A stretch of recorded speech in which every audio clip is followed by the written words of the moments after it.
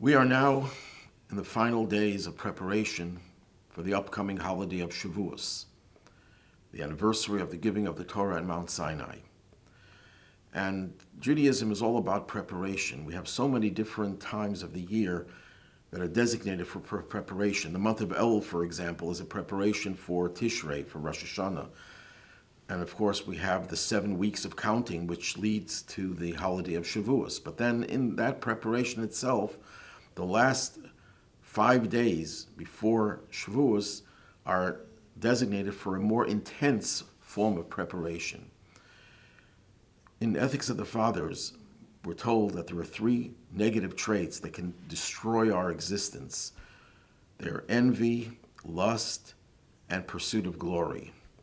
The Chiddushei Harim, the first Gerrer Rebbe, explains that these 3 traits, negative traits, are represented in the preparations for Shavuos.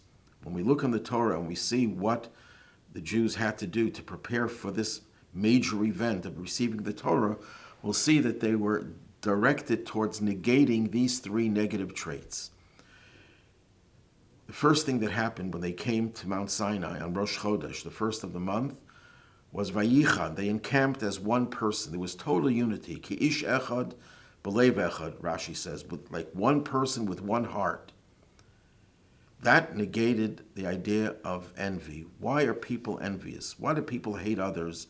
Because they're envious of others. It's because the ego doesn't allow you to tolerate the existence of another who you feel just by their very existence are depriving you of whatever you think is yours. If a person hates you because of a reason, you did something to harm him, we can counter that with, you can try to appease the person, give them a gift. But if the person's very existence bothers you, then there's nothing is going to help. No rational arguments will change things. No gift will change things. What you have to do is vayichan. You have to recognize the inherent unity between you and him. He's not taking something from you. He is you. She is an extension of you.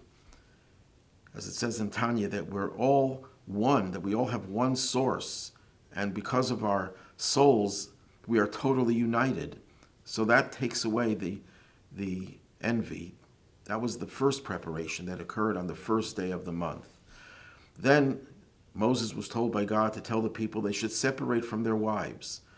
Even though Judaism doesn't look down at intimacy in marriage, but in order to curb the unnatural desires and lust that people have, which stands in the way of them receiving the Torah, God wanted them for 3 days to desist from intimacy as a way of curbing that power of lust and controlling it and ultimately elevating it. And then they were told that they have to have their hagabalot, they have to have their boundaries, that not everyone was allowed to go wherever they wanted in terms of closeness to the mountain. Only Moses was allowed to go on the mountain. That negates the third trait of kavod, the pursuit of glory and honor, where you try to promote yourself. You have to know your place. You have to know your limits. You have to realize that you're not Moses, you're not Aaron, you're not the elders.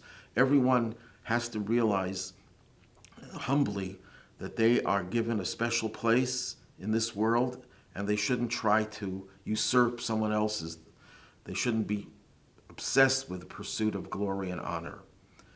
Perhaps we could say that these 3 traits are actually positive traits. And when the Mishnah in Ethics of the Fathers says that they take you out of the world, it could have a positive connotation. The world is a place where God is concealed. Olam, the word world, means concealed. How do you get away from this concealment? Through 3 traits. One is envy. When you see someone who's on a higher level, who's more spiritual, who's more devoted to the commandments and their observance, who's more devoted to the study of Torah, who's more devoted to prayer, who wants to get closer to God, that kind of envy is a kosher envy. It gives you, it motivates you to do more and to never be satisfied with the level you're on. Lust, a desire, a passion for the teachings of the Torah. that it should not just be something you do because you have no choice. God orders you to do it. You have to do it, which is true.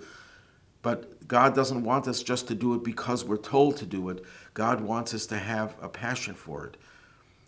In terms of asking for Mashiach, which we do in our prayers, sometimes it can be done in a perfunctory way. We're told we have to ask for it. The Rebbe says that when we cry out Ad Mosai, how much longer? We shouldn't do it because we're told to do it. It should come from the depths of our heart.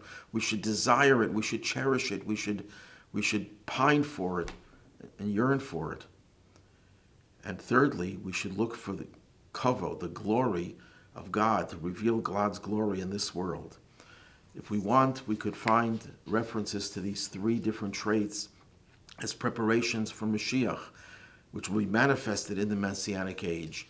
In the last words of the Rambam, this is now the season when we just concluded the study of the Rambam, so we're still in this atmosphere of conclusion of the Rambam. And this is what the Rambam says in the last two paragraphs of his Mishnah Torah.